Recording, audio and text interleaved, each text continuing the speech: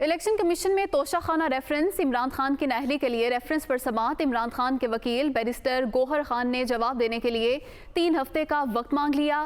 آپ کو 3 ہفتے کا وقت کیوں چاہیے؟ چیف الیکشن کمشنر کا استفسار۔ الیکشن کمیشن نے P T I chairman Imran Khan کو 1 ہفتے کا وقت دے دیا۔ اسی پر بات کریں گے، نمائندہ دنیا نیوز محسن اجاز ہمارے ساتھ موجود ہیں۔ جی محسن، بتائیے گا کیا تفصیلات ہیں آپ کے پاس؟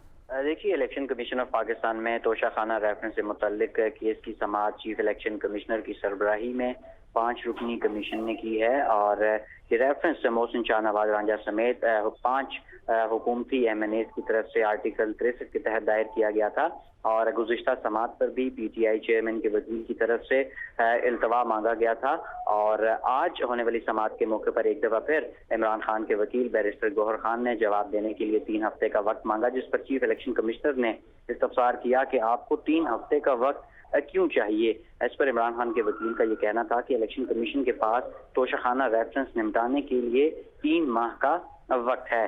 اس پر چیف الیکشن کمشنر کی جانب سے انہیں 1 ہفتے کا وقت دیا گیا، اور یہ کہا گیا کہ آپ اپنے کا جو اکاؤنٹنٹ سے ڈیٹا لینا ہے وہ آپ 1 ہفتے میں لے سکتے ہیں۔ آپ نے جو اثاثے ڈکلیئر کیے ہیں انہی کا ہی ریکارڈ پیش کرنا ہے۔